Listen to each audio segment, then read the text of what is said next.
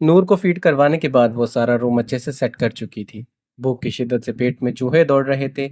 ویسے بھی وہ بھوک کی بہت کچی تھی، تھوڑی تھوڑی دیر کے بعد ایسے ہی کچھ نہ کچھ کھانے کی عادی تھی۔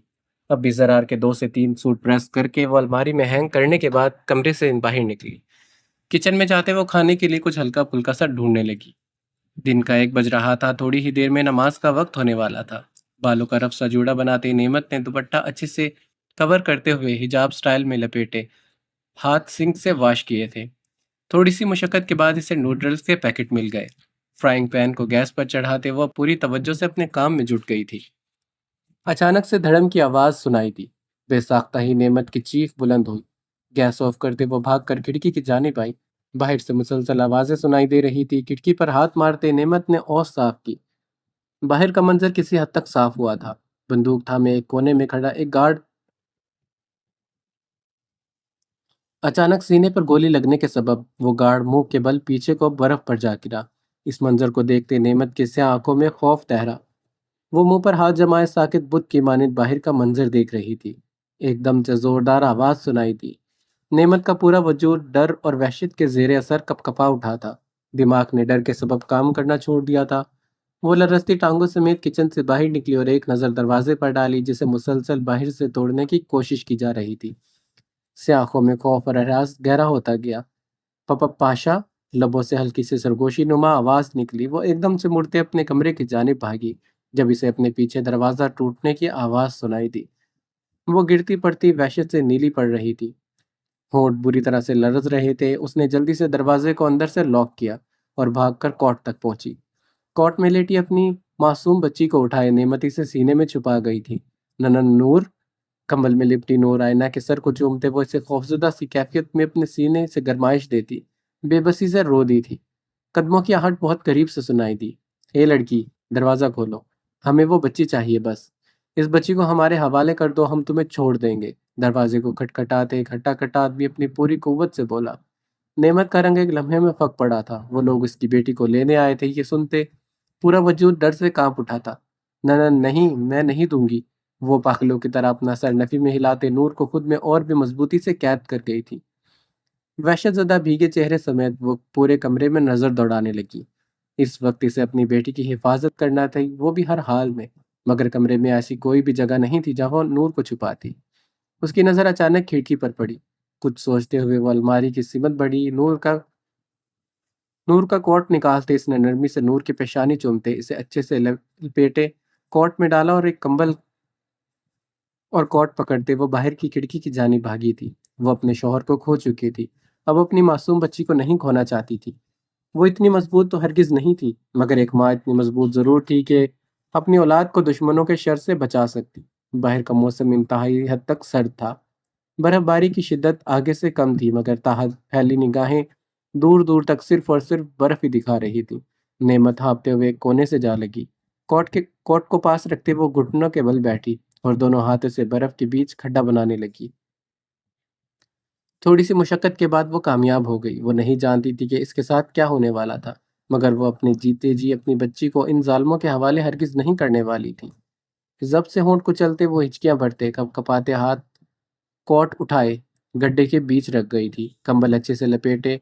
نعمت بھاگ کر اب دوسری طرف سے کمرے کی کھڑکی کی جانب بڑھی۔ کھڑکی سے اندر پھیلانگتے نعمت نے جلدی سے کھڑکی بند کرتے دروازے کو دیکھا جو بس اب ٹوٹنے کے قریب تھا۔ اچانک اسے موبائل فون کا خیال آیا۔ سر پڑتے وجود کے ساتھ وہ بھاگ کر بیڈ کی جانب بڑھی۔ کانپتے ہاتھوں سے زرار کا نمبر نکالتے اس نے ڈائل کیا۔ ہیلو، السلام علیکم۔ زرار پاشا خان کی بھاری آواز اسپیکر سے سنائی دی، جسے سنتے ہی نعمت کو یوں لگا جیسے کسی نے اس کے اندر زندگی بھر دی ہو۔ پاشا، نم بھیگے لہجے میں سے پکارتے وہ ہچکی بھر گئی تھی۔ زرار اس کی بھیگی آواز پر ایک دم سے بے چین ہوا۔ اسٹیئرنگ پر گرفت مضبوط ہوئی تھی۔ نعمت، کیا ہوا ہے؟ رو کیوں رہی ہو تم؟ زرار پاشا خان کے لہجے میں بے قراری تھی۔ اس سے پہلے کہ نعمت کو جواب دیتی، اچانک اس کے سر پر پیچھے سے ڈنڈا مارا گیا۔ نعمت کی ہلکی سی چیخ کی آواز کے ساتھ آواز حلق میں دب گئی۔ وجود ریت کی مانند بکھرے ہوئے فرش پر گرا۔ نعمت! زرار کی دھاڑ موبائل سے باہر سنائی دے رہی تھی۔ موبائل کو ایک نظر دیکھتے ایک آدمی نے اپنا پاؤں موبائل فون پر مارتے اسے خراب کر دیا۔ نعمت کا پورا وجود سن پڑ گیا تھا، آنکھوں کے سامنے دھند چھانے لگی۔ نون نور لبوں سے ہلکی سے زرگوشی نما آواز میں دہرایا گیا تھا۔ ان میں سے ایک آدمی آگے بڑھا اور نعمت کو گھورتے ہوئے وہ پنجوں کے بل اس کے قریب بیٹھا۔ اے لڑکی، بتا کہاں چھپایا ہے تو نے اس بچی کو؟ وہ آدمی نعمت کو گردن سے جکڑتے بری طرح سے گھرایا تھا۔ اس کے ساتھی پورے کمرے میں نور آئینہ کو ڈھونڈ رہے تھے جو انہیں نہیں مل رہی تھی۔ سر، وہ بچی نہیں ہے یہاں۔ پورے کمرے کی تلاشی لینے کے بعد ان میں سے ایک نے اپنے سربراہ کو بتایا، جس نے غصے سے جبڑے بھینچتے نعمت کو منہ پر پوری قوت سے تھپڑ جڑا تھا۔ نعمت کا ہونٹ بری طرح سے پھٹا، آنکھیں ابھی تک بند تھی۔ بول سالی، کہاں ہے وہ بچی؟ اب کی بار اس کے دوسرے گال پر بھی ویسے ہی تھپڑ مارتے وہ اس کے بالوں کو پوری قوت سے جکڑتے اسے زمین سے اونچا کر گیا تھا۔ نعمت کی سسکیاں اور درد بھری آہٹیں پورے کمرے میں گونج رہی تھی۔ بول، بولتی کیوں نہیں؟ کہاں ہے وہ بچی؟ نعمت کا رخ اپنی جانب کرتی وہ بری طرح سے دھاڑا تھا۔ نعمت نے سوجے چہرے سمیت سر اٹھا کر بمشکل اپنی آنکھیں کھولتے اس بھدے سے آدمی کو دیکھ کر سر نفی میں ہلایا جس پر اس آدمی کے پورے وجود میں شرارے سے پھوٹ پڑے تھے۔ وہ نعمت کے بے جان وجود کو گھسیٹتے ایک دم سے اس کا سر دیوار پر مار گیا تھا۔ خون کی ایک لکیر اس کے ماتھے سے بہتے پورے چہرے کو بھگو گئی تھی۔ اس کے بعد وہ آدمی رکا نہیں، بری طرح سے اس کے سر پر 2 بار سے دیوار پر مارتے اس نے غصے سے کھولتے نعمت کے بے ہوش ہو رہے وجود کو زمین پر دے مارا۔ ایک سرد نگاہ نعمت پر ڈالتے وہ کھڑکی کی جانب بڑھا۔ اس کے قدموں کی آہٹ محسوس کرتے نعمت نے سوجی ہوئی آنکھ بمشکل سے کھولتے اس آدمی کو دیکھا جو کھڑکی کی جانب بڑھ رہا تھا۔ کھڑکی کھولتے اس نے ایک نظر باہر ڈالی مگر باہر کچھ بھی دکھائی نہیں دیا۔ سر، مجھے لگتا ہے وہ زرار پاشا اس بچی کو اپنے ساتھ لے گیا ہے۔ ہمیں نکلنا چاہیے، پہلے ہی کافی دیر ہو گئی ہے، وہ آتا ہوگا واپس۔ اپنے ساتھی کی آواز پر اس کا باس ایک دم سے مڑا۔ زرار پاشا خان پر آیا سارا غصہ اب اسے نعمت پر اتارنا تھا۔ جی تو چاہ رہا ہے کہ زندہ گاڑ دوں مگر اسے چھوڑ کر جانا پڑ رہا ہے کیونکہ جب تک وہ بچی نہیں ملتی ہم کوئی غلطی نہیں کر سکتے۔ چلو یہاں سے، ہمیں نکلنا ہوگا یہاں سے۔ وہ اب سرد لہجے میں سب کو حکم دیتے باہر کی جانب بڑھا تھا۔ اس کے ساتھی اس کے پیچھے ہی ٹینٹ سے باہر چلے گئے تھے۔ تھوڑی ہی دیر کے بعد اپنی بے جان وجود کو گھسیٹتے نعمت رینگتے ہوئے کھڑکی کی سمت بڑھی۔ پورا وجود خون سے لت پت ہو رہا تھا۔ سر میں آئی گہری چوٹوں کے سبب اب اس کا دماغ سن پڑ رہا تھا مگر نور آئینہ کی وجہ سے اس کے ہوش ابھی تک بحال تھے۔ بمشکل سے کھڑکی سے باہر کودتے وہ برف پر رینگتے اب دوسری دیوار کی جانب بڑھی تھی۔ دور سے ہی اپنی بچی کو سلامت دیکھ کر پورے وجود میں سکون اترا۔ وہ بمشکل ہی اپنی سوجی آنکھیں کھولتی کوٹ تک پہنچی۔ کمبل ہٹاتے اس نے کانپتے ہاتھوں سے کوٹ پر ہاتھ رکھا۔ ایک دم سے اس کا سارا وجود سن پڑنے لگا۔ دماغ کی رگیں ایک دم سے ٹھنڈی پڑی تھی۔ اچانک ہی وہ کوٹ سے لپٹی وہیں پر ہوش کھو گئی۔ خون سے لت پت وجود پر گزرتے لمحے کے ساتھ ساتھ سرد پڑتا جا رہا تھا۔ اماں سائیں، آپ آج میرے پاس ہی رہ جائیں نا، دوپہر کے 3 بج رہے تھے۔ کار پورچ میں کھڑی گاڑی کی جانب بڑھتی کنول بیگم سے چپکتے محمل نے نم لہجے میں کہا۔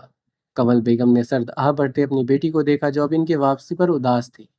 میری جان، ہم رک جاتے مگر فی الحال کے لیے ہمارا جانا بہتر ہے۔ جب تم خیریت سے ٹھیک ہو جاؤ گی تو پھر ہم تمہیں اور اپنے ناتی کو اپنے گھر لے جائیں گے، تب آسال بیٹا کچھ نہیں کہے گا۔ کیوں آسال؟ کنول بیگم محمل کو خود کے ساتھ لگاتی سامنے کھڑے آسال سے مخاطب ہوئی جس نے مبم سا مسکراتے سر اسبات میں ہلایا۔ حفیظ قریشی اور کنول بیگم ان سے ملتے حویلی سے روانہ ہوئے۔ حفیظ قریشی اور کنول بیگم ان سے ملتے حویلی سے روانہ ہو گئے۔ آسال محمل کو کمرے میں بھیجتے اب تیز تیز قدم اٹھاتے نفیسہ شاہ کے کمرے کی سمت بڑھا تھا۔ آغا، کچھ خبر ملی میری بچی کی؟ کب لاؤ گے تم نعمت اور نور کو؟ اس کا پہنچنا تھا کہ وہ بھاگ کر اس کا مضبوط بازو پکڑتے ہوئے نم بھیگے لہجے میں پوچھنے لگی۔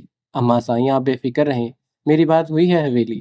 نعمت اپنے شوہر کے ساتھ ہے، وہ جیسے ہی واپس آئیں گے میں خود نعمت اور نور کو گھر لے آؤں گا آپ سے ملوانے۔ آسال انہیں خود کے ساتھ لگاتے جھوٹی تسلیاں دینے لگا۔ آج صبح سے وہ کوئی چوتھی بار نعمت کا پوچھ چکی تھی۔ ویسے تو وہ نعمت کے لیے خوش اور مطمئن ہو چکی تھی مگر آج صبح سے ان کا دل بری طرح سے گھبرا رہا تھا۔ عجیب طرح سے خیالات دل کو بے چین کر رہے تھے۔ آپ نے دوا لی؟ آسال انہیں بستر تک لے جاتے آہستگی سے بیڈ پر بٹھانے لگا۔ نہیں، میں لے لوں گی، بھیگی آنکھوں کے گوشے دوپٹے کے کونے سے رگڑتے وہ بھاری آواز میں بولی۔ آسال لب بھینچے مڑا تھا۔ ٹیبل سے پین کلر اور گلاس میں پانی انڈیلتے وہ انہیں زبردستی دوا دے کر کمفرٹر اچھے سے ان پر اوڑھاتا باہر نکلا۔ دروازہ باہر سے بند کرتے اس نے ایک نگاہ گھڑی پر ڈالی۔ آج محمل کو ڈاکٹر کے پاس بھی لے جانا تھا مگر فی الوقت اسے نعمت اور نور کو تلاش کرنے جانا تھا۔ تذبذب میں اپنی ہلکی بیڑ کو سہلاتے وہ ایک نظر اپنے کمرے کی جانب دیکھتے سیڑھی کی طرف بڑھا تھا۔ دروازہ کھولتے وہ اندر داخل ہوا جب اچانک محمل اس کے سینے سے آن لگی۔ آسال ایک پل کو فریز ہوا، وہ بہت کم اس کے نزدیک آتی تھی اور یہ لمحات آسال آغا شاہ کے لیے خاص ہوتے تھے۔ آپ کا بہت بہت شکریہ سائیں، جو کام اتنے سالوں سے میرے نانا جان زرار اور ماجد لالا کوئی بھی نہیں کر سکا وہ آپ نے اتنی آسانی سے کر دیا۔ محمل کی آواز سے اس کی خوشیاں جھلک رہی تھی۔ آسال بغور اس کے منہ سے لفظ سنتے ہوئے جلن سے سرخ پڑتی آنکھوں کو ایک پل میں میچتے گہری سانس بھر گیا تھا۔ میں نے ایسا کوئی بھی انوکھا کام نہیں کیا میری جان۔ شدید پریشانی میں بھی وہ اسے بالکل محبت اور نرم لہجے میں پکار رہا تھا جو اس کے کردار کی خاصیت تھی۔ انوکھا نہیں مگر بڑا تو ہے نا۔ بابا بتا رہے تھے کہ آپ کی ایک دھمکی پر ان کے سب بھائیوں نے ان کا حصہ واپس لوٹا دیا۔ ہمارا گھر زمین جائیداد سب کچھ، مجھے تو اندازہ ہی نہیں تھا کہ ہم سچ مچ میں اتنے امیر ہیں۔ محمل کے لہجے میں بچوں جیسی خوشی جھلک رہی تھی۔ آسال اس کے انداز پر مبہم سا مسکرایا۔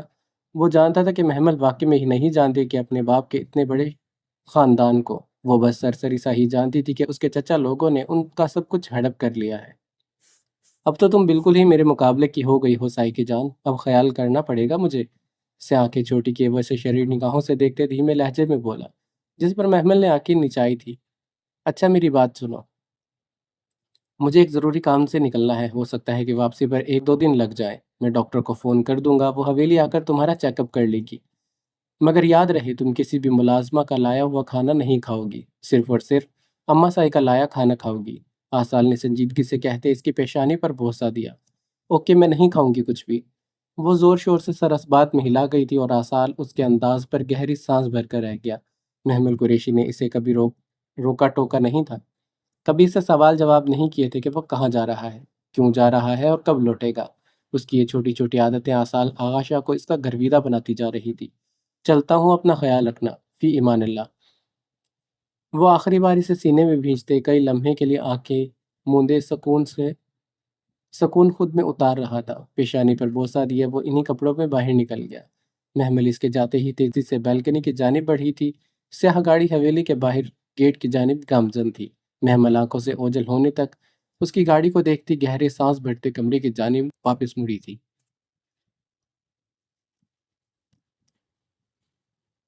ہر گزرتے لمحے کے ساتھ سردی کی شدت بڑھتی جا رہی تھی۔ نعمت شاہ کے ہونٹ نیلے پڑ رہے تھے، چہرے پر بہتا خون اب سردی کی وجہ سے جم گیا تھا۔ زرار پاشا خان کی جیپ اونچے نیچے راستوں سے ہوتی ٹینٹ کے سامنے رکی تھی۔ بیلٹ میں لگی گن اس نے محتاط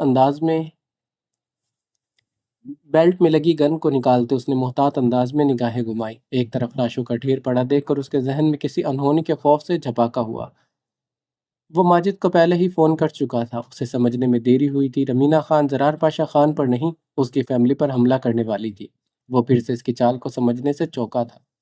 شٹ! شہد رنگ لہو ہو رہی آنکھوں کو میچتے وہ شدت ضبط سے دانت بھینچ کر تیز تیز قدم اٹھاتے اندر بڑھا۔ ٹینٹ کا بے حال دروازہ دیکھ کر اس کے قدم ایک پل کو تھمے تھے۔ گردن بے اختیار نفی میں ہلاتے وہ اندر بھاگتے ہوئے داخل ہوا۔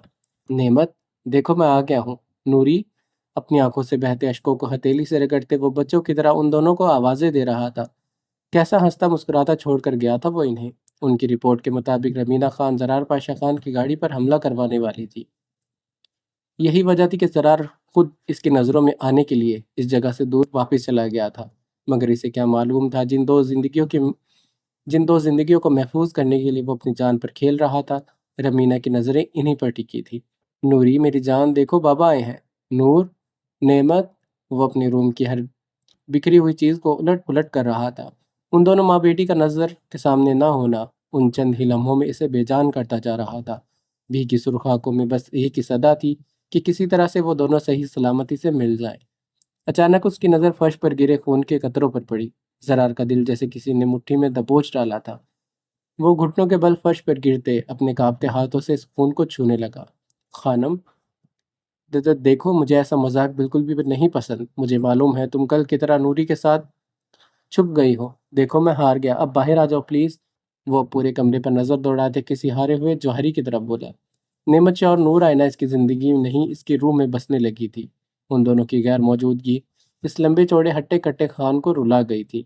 وہ ہمت کرتے اٹھا، پورے ٹینٹ کا ایک ایک کونا اچھی طرح سے دیکھنے کے بعد وہ اپنے کمرے میں پاگلوں کی طرح چیزوں کو پٹک رہا تھا، مگر وہ دونوں کہیں بھی نہیں ملی۔ وہ نا امید ہوتے زمین پر نڈھال حالت میں دونوں زانوں بیٹھا۔ نہیں، مجھے نہیں چاہیے، نہیں نہیں، مجھے وہ چاہیے ہر حال میں ڈھونڈوں گا ان دونوں کو۔ وہ ہمت باندھتا پھر سے خود کو تسلیاں دیتا اٹھا۔ ایک بار پھر سے سارا کمرہ تلاش کرتے اس کی نظر اچانک کھڑکی کی جانب اٹھی۔ وہ بھاگ کر کھڑکی تک گیا۔ کھڑکی کے سفید حصے پر خون کے سرخ دھبے واضح تھے، جنہیں دیکھتے زرار پاشا کا دل بندھ پڑا تھا۔ وہ عجلت میں باہر کی جانب چھلانگ لگاتے باہر دیکھنے لگا۔ برف سے اٹے سفید چادر میں سے دور دور تک کہیں بھی نور اور نعمت دکھائی نہیں دی۔ وہ کھڑکی کی سمت واپس بڑھا، پھر کسی خیال کے تحت وہ ایک دم سے رکا۔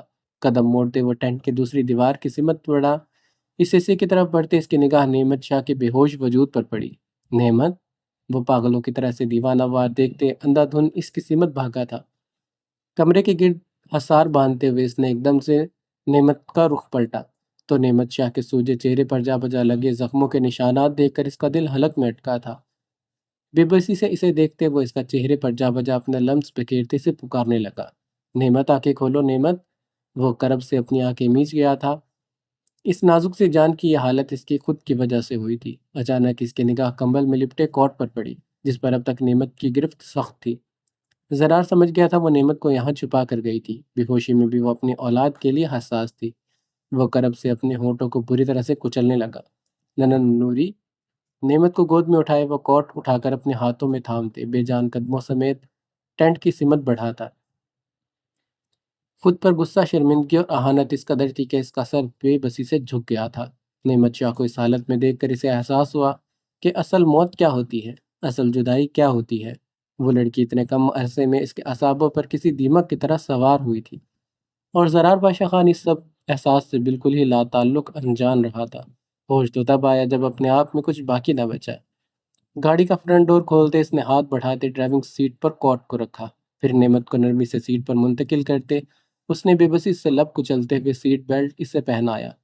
ڈرائیونگ سیٹ تک جاتے اس نے نرمی سے نور آئینہ کو کوٹ سے نکالا، ہاتھ بڑھاتے سرخ چہرے سمیت اس کا ٹیمپریچر چیک کیا جو قدرے نارمل تھا۔ ابھی ٹھنڈ کا زیادہ اثر نہیں ہوا تھا، مگر وہ ابھی تک سو رہی تھی۔ اپنی شال کو کندھے سے باندھتے اس نے نور کے سوئے ہوئے وجود کو چومتے ہوئے چادر میں ڈالا اور اب جلدی سے گاڑی سٹارٹ کی۔ نعمت شاہ کی سانسیں سست پڑتی جا رہی تھی، اور زرار پاشا کو اسے ہر حال میں بچانا تھا، پھر چاہے اسے اس کے لیے کچھ بھی کیوں نہ کرنا پڑتا۔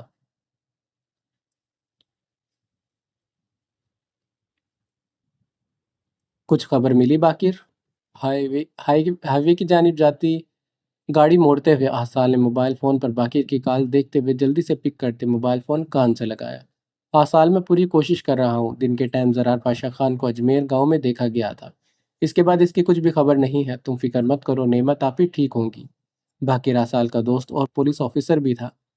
آصال نعمت کے سلسلے میں اس سے مسلسل رابطے میں تھا، اور باقر کے ہی کہنے پر اس نے ساحر شاہ اور معروف افندی کا ایکسیڈنٹ کیس ری اوپن کروایا تھا۔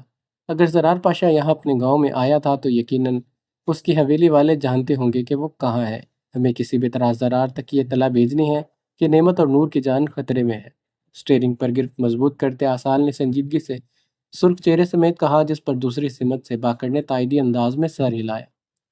بالکل تم ٹھیک کہہ رہے ہو، ایسا کرو تم ان کی حویلی جاؤ۔ اس کا بھائی ماجد بھی اس کے ساتھ دیکھا گیا تھا، شاید وہ جانتا ہو کہ زرار پاشا کس جگہ پر ہے۔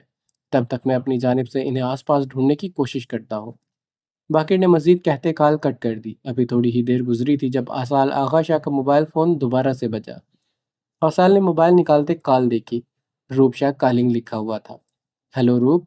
آصال نے متفکرانہ انداز میں اسے پکارا تو دوسری طرف سے روپ شاہ کی ہچکیاں بلند ہوئی تھی، جس پر آصال کے ماتھے پر ڈھیروں بل پڑے۔ گاڑی ایک سمت روکتے اس نے اضطراب سے چہرے پر ہاتھ پھیرا۔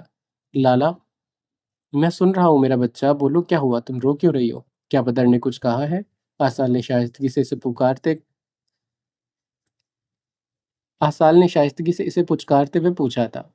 روپ شاہ نے شاید پہلی دفعہ اسے روتے ہوئے کال کی تھی۔ شایان شاہ نے سے اتنے سال اذیتیں دی، مگر پھر بھی روپ نے کبھی بھی اپنے لالا کو بھنک تک نہیں پڑنے دی، اور جب وہ خود آگے بڑھی تھی تو آصال اسے حوصلہ دینا چاہتا تھا تاکہ وہ آگے بھی کبھی اپنی پریشانیاں اپنے بھائی سے شیئر کرتی رہے۔ نہیں لالا، عالم نے کچھ نہیں کہا، وہ کل رات سے گھر نہیں لوٹے، ان کا دوست بھی آیا تھا، وہ یونیورسٹی بھی نہیں گئے، موبائل فون بھی بند آ رہا ہے ان کا۔ لال آپ آ جائے، میرا دل بہت گھبرا رہا ہے۔ روپ نے رونے کی شدت سے بھیگی آواز میں کہا، اور اس کی حالت کافی خراب تھی۔ بدر عالم شاہ کی گمشدگی کسی بھی بہت بڑے خطرے کی نشاندہی کر رہی تھی۔ روپ تم رونا بند کرو، میں راستے میں ہی ہوں، 1 گھنٹے تک تمہارے پاس ہوں گا، فکر مت کرو میری گڑیا، میں بدر کو ڈھونڈ لوں گا، اوکے؟ آسال نے اسے نرمی سے سمجھایا، جس پر وہ اوکے کہتے کال کٹ کر گئی تھی۔ موبائل فون ڈیش بورڈ پر رکھتے ہوئے سر دونوں ہاتھوں میں گرا گیا تھا۔ ایک دم سے اسے اپنے اطراف میں اندھیرا چھاتا محسوس ہوا۔ محمل کی جان اپنی ہی حویلی میں خطرے میں تھی، وہ اسے باہر سے محفوظ بھی کر لیتا، مگر حویلی میں بستے لوگوں سے اسے زیادہ دیر محفوظ نہیں رکھ سکتا تھا۔ نعمت شاہ اور نور کی جان خطرے میں تھی، کیونکہ ساحر شاہ کا ایکسیڈنٹ نہیں قتل کیا گیا تھا، اور اب اس کی بہن اور بھانچی پر بھی خطرہ منڈلا رہا تھا۔ روپ شاہ پریگننٹ تھی، اتنے سالوں کے بعد اللہ نے اس کی بہن کی گود خوشیوں سے بھری تھی۔ بدر عالم شاہ اسے اسی دن اطلاع دے چکا تھا، مگر ساتھ ہی باقی سب کو بتانے سے بھی انکار کیا تھا۔ اب روپ ایسی حالت میں ایک پرائے شہر میں تھی، آسال سمجھ نہیں پا رہا تھا وہ کس کے پاس جائے، کسے محفوظ کرے۔ گہری سانس بھرتے اس نے عجلت میں موبائل فون اٹھاتے باقر کا نمبر ملایا۔ ہاں بولو آسال، کیا ہوا، سب ٹھیک تو ہے؟ باقر کی متفکرانہ آواز اسپیکر سے ابھری تھی۔ ہاں باقر، میں حویلی نہیں جا پاؤں گا، تم ایسا کرو کہ خان حویلی جا کر ماجد سے ملاقات کر لو، وہ جو بھی اطلاع دے مجھے تم انفارم کر دینا، فی الحال مجھے کسی اور کام سے جانا ہے۔ ٹھیک ہے آسال، مل کر اطلاع دیتا ہوں میں تمہیں مل کر اطلاع دیتا ہوں، باقر سنجیدگی سے کہتے کال کٹ کر گیا تھا۔ روپ کے پاس کسی غیر مرد کو بھیجنے کا وہ سوچ بھی نہیں سکتا تھا، جب بھی باقر کو حویلی جانے کا کہہ کر وہ روپ شاہ کی جانب نکلا تھا۔ بھاری بھاری ہوتے سر پر ہاتھ رکھتے اس نے مندی مندی آنکھیں کھولی۔ آنکھیں بوجھ سے بھاری پڑ رہی تھی، کچھ پل آنکھیں موندنے کے بعد اس نے چت لیٹے آنکھیں کھولتے چھت کو دیکھا۔ دماغ آہستہ آہستہ بیدار ہوا تو ہدا خان کو اپنا حویلی سے نکلنا، اس کے بعد 2 عورتوں کا خود کو بے ہوش کرنا، سب کچھ یاد آیا تھا۔ نہیں، زرد پڑتی رنگت کے ساتھ وہ بے اختیار چیختے بیڈ پر اٹھ کر بیٹھی تھی۔ ایک دم سے پورے بدن میں خوف سرایت کرنے لگا، سنہری آنکھیں خوف سے گہری پڑی تھی۔ آہٹ پر ہدا خان خود کو چادر میں لپیٹے پیچھے کو کھسکتے بیڈ گراؤنڈ سے جا لگی۔ نظریں اٹھائے اس نے خوفزدہ نگاہوں سے سامنے کی سمت دیکھا، جہاں شاور لے کر اپنے سیاہ سلکی بالوں میں ہاتھ چلاتے خانزادہ واش روم سے نکلا تھا۔ ماتھے پر پٹی ہٹا دی گئی تھی، جسم پر موجود زخم مندمل ہو رہے تھے۔ وہ گرے ٹراؤزر میں شرٹ لیس ڈریسنگ مرر کے سامنے جا رکا۔ پرفیوم اٹھائے اس نے خود پر سپرے کی، جب اچانک اس کے ہاتھ تھمے تھے۔ دائیں ہاتھ میں موجود پرفیوم کی شیشے پر اس کی گرفت مضبوط تھی۔ سر جھکائے اس نے سینے پر چپٹی ہوئی ہدا خان کو دیکھا، آنکھوں میں خمار کی جگہ سرد مہری بڑی تھی، چہرے کے تاثرات حد درجہ سپاٹ تھے، جبڑے بچھے ہوئے، اور اس نے شانوں سے جکڑتے ہدا خان کو ایک دم خود سے دور کیا تھا، جو آنکھیں کھولتی سے بے یقینی اور ناسمجھی سے دیکھ رہی تھی۔ مس ہدا خان، مجھے ریڈی ہونا ہے، پیچھے ہٹو، وہ نظریں ان حسین نین کٹوروں میں گاڑے ایک ایک لفظ چبا کر بولا۔ ہدا خان کا دل گھبرایا تھا، جس شخص کی آنکھوں میں اپنے لیے ہمیشہ محبت جیسے نرم جذبات دیکھے تھے، جس کے چہرے پر اپنے لیے سکون دیکھا ہو، آج وہ آنکھیں، وہ چہرہ اسے بالکل بیگانہ لگ رہا تھا۔ اتنے مہینوں کے بعد اسے خانزادہ سے پھر سے وہی ڈر، وہی خوف محسوس ہو رہا تھا، جو اسے بچپن سے اس کے نام، اس کی ذات سے ہوتا آیا تھا۔ خاقہ خان، آپ ناراض ہیں مجھ سے؟ بے اختیار اپنی چھلکتی آنکھوں کو ہتھیلی سے رگڑتے وہ معصومیت سے پوچھنے لگی۔ خانزادہ کی بے اتنائی اس کو مار رہی تھی، اس شخص کا روٹ جانا گویا جان جانے کے مترادف تھا۔ نہیں ہدا خان، میں ہوتا کون ہوں تم سے ناراض ہونے والا؟ تم جاؤ، اپنی مرضی کرو، جہاں دل چاہے وہاں جاؤ، جو دل کرے وہ کرو، میں تمہاری زندگی میں اہمیت نہیں رکھتا۔ اب کی بار ہاتھ میں پکڑ کر برش پوری قوت سے ڈریسنگ پر پھینکتے ہوئے وہ جبڑے پیچھتے دبے دبے انداز میں گرایا تھا۔ ہدا خان اپنے لبوں پر ہاتھ جمائے اپنی چیخیں اور اپنا گلا گھونٹ گئی تھی، آنکھیں ایک دم سے سیاہ پڑی تھی، چہرے پر گھلتی زردیاں دیکھ کر خانزادہ آنکھیں میچے گہری سانس بھر کر اس سے دور ہوا تھا۔ یو نو واٹ ہدا خان، تم ہر بار مجھ سے باز پرست کرتی ہو، بنا پوری بات کا علم ہوتے بھی مجھے بہت کچھ سناتی ہو۔ اگر میں یہ سب کچھ خاموشی سے سنتا ہوں صرف اس لیے کیونکہ تمہارا مجھ پر حق ہے، تم خانزادہ کے لیے میٹر کرتی ہو۔ خانزادہ کا لہجہ انتہائی سرد تھا۔ ہدا خان اس کے الفاظ میں سچائی محسوس کرتے سر شرمندگی سے جھکائے ہونٹ کو چلنے لگی۔ اس ستمگر کی ناراضگی اس کی جان پر بن آئی تھی، اب وہ چاہے کچھ بھی کہتا وہ خاموشی سے سن لیتی، بس وہ ناراض نہ ہوتا۔ مگر مجھے لگتا ہے کہ میں تمہاری زندگی میں تمہارے لیے میٹر نہیں کرتا۔ ہدا نے سر اٹھاتے اسے دیکھا اور بے اختیار نفی میں سر ہلایا۔ ایسا ہی ہے ہدا، سوچو اگر میں تمہارے پیچھے روم سے باہر نہ آتا تمہاری اور اموں کی ساری گفتگو نہ سنتا تو کیسے تم تک پہنچتا؟ تم نے پوچھنا تو دور، بتانے تک کی زحمت نہیں کی۔ خدا خواہ آنسو بہاتی اس کی بات پر سر بری طرح سے جھکا گئی تھی۔ وہ جانتی تھی غلطی اس کی تھی، اگر خانزادہ اسے بچا نہ پاتا تو جانے کیا ہو جاتا۔ مما مجھے معاف کر دے خان۔ وہ کان پکڑتے ایک دم سے بچوں کی طرح معافی مانگ رہی تھی، مگر خانزادہ کا دل اسے ہرگز بھی معاف نہیں کرنے والا تھا۔ معاف؟ تمہیں معافی مانگنے کی ہرگز ضرورت نہیں ہے ہدا، تم اپنا اچھا برا سوچ سکتی ہو۔ آج کے بعد تم میری زندگی میں انٹرفیئر نہیں کرو گی اور میں تمہاری زندگی میں، انتہائی سپاٹ لہجے میں کہتے وہ الماری کی سمت بڑھا تھا۔ ہدا ہچکیاں بھرتی اس کے چوڑے شانے کو دیکھ رہی تھی۔ وہ اس قدر بیگانہ لگ رہا تھا کہ ہدا خان کے لیے سانس لینا بھی مشکل ہو گیا۔ شرٹ پہنتے وہ جیکٹ پہنتے ابھی مڑا ہی تھا کہ دروازے پر دستک ہوئی۔ ہدا ہونٹ کچلتے اسے دروازے کی جانب بڑھتا دیکھ رہی تھی۔ بھیگتی آنکھوں کو اس نے بے دردی سے رگڑا۔ بڑے خانزادہ، باہر کوئی انسپیکٹر آپ سے ملنے آیا ہے۔ ملازمہ مؤدبانہ انداز میں اسے آگاہ کرتی وہاں سے جا چکی تھی۔ خانزادہ گہری سانس بھرتے پرسوچ انداز میں کچھ سوچتے ہوئے کمرے سے نکلا۔ اسے زرار کی جانب بھی نکلنا تھا، مگر انسپیکٹر سے ملاقات اب ضروری تھی۔ آ جائیں۔ دروازے پر ہونے والی دستک پر محمل ایک دم سے اٹھ کر بیٹھتے دوپٹہ سر پر اوڑھتے بولی تھی، السلام علیکم۔ ہاؤ آر یو محمل؟ دروازے سے اندر داخل ہوتے ڈاکٹر نے مسکراتے اس سے حال احوال پوچھا۔ محمل ایک نگاہ ان پر ڈالتے ان کے ساتھ ہی کمرے میں آئی اور اپنی ساس کو دیکھ کر ہونٹ کچلنے لگی۔ وعلیکم السلام، میں بالکل ٹھیک ہوں ڈاکٹر۔ دھیمی مسکراہٹ لبوں پر سجائے وہ مدم لہجے میں بولی۔ ڈاکٹر اس کے قریب آتے بیڈ پر بیٹھی، اب اس کا چیک اپ کرنے لگی۔ نفیسہ شاہ ایک طرف کھڑی سنجیدگی سے ڈاکٹر کو دیکھ رہی تھی جو خاموشی اور سنجیدگی سے چیک اپ کر رہی تھی۔ ماشاءاللہ سے سب کچھ ٹھیک ہے مسز شاہ، آپ خواہ مخواہ ہی پریشان ہو رہی تھی۔ اللہ کے فضل کرم سے آپ کی بہو بالکل ٹھیک ہے اور ان کا بچہ بھی۔ ڈاکٹر مسکراتے نفیسہ شاہ کی جانب مڑتے ان سے متصفر ہوئی تھی۔ جب محمل کے کمرے میں آنے تک سارے راستے ڈاکٹر سے اس کی صحت کا پوچھتی رہی۔ اللہ کا لاکھ لاکھ شکر ہے، وہ سینے پر ہاتھ رکھتے زیر لب بڑبڑائی، مگر میں پھر بھی چاہوں گی کہ ایک بار آسال واپس آ جائے تو آپ دونوں ہاسپٹل لے آئیے گا انہیں۔ ڈاکٹر کے کہنے پر نفیسہ شاہ اور محمل دونوں نے گھبرا کر انہیں دیکھا۔ گھبرانے کی کوئی بات نہیں ہے، بس مجھے کچھ ٹیسٹ کرنا ہے۔ دراصل مجھے لگتا ہے محمل کے ٹوینز بھی ہیں، بس اسی لیے میں ایک بار چیک اپ کر کے پھر آپ سب کو یہ یقین دہانی کروانا چاہتی ہوں۔ اس سے پہلے میں کچھ بھی نہیں کہہ سکتی۔ جڑواں بچے؟ نفیسہ شاہ حیرت اور خوشی سے زیر لب گویا ہوئی تھی۔ محمل خود کسی حد تک چونکی تھی اور بے یقینی سے ڈاکٹر کو دیکھ رہی تھی، جن کے ہونٹوں پر مسکراہٹ تھی۔ محمل ان دونوں کو گھورتے غیر محسوس طریقے سے اپنے پیٹ کو چھونے لگی۔ اس کی بڑی بڑی نیلی آنکھیں حیرت سے پھیلی ہوئی تھی۔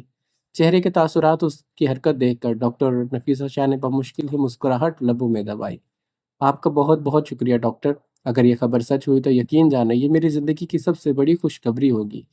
نفیسہ شاہ مسکرا کر کہتی محمل کے قریب جا بیٹھی، جو پہلی بار ان کے یوں قریب آ کر بیٹھنے پر شرم سے سرخ پڑتی گئی تھی۔ اللہ میری بہو اور میرے بچوں کو اپنے حفظ و ایمان میں رکھے، آمین۔ وہ شگفتگی سے کہتی محمل کی پیشانی چومتے ہوئے سے سینے میں بھیج گئی تھی۔ محمل ان کے اتنے لاڈ اور پیار پر خوشی سے سرخ پڑتے ایک دم سے چنک گئی تھی۔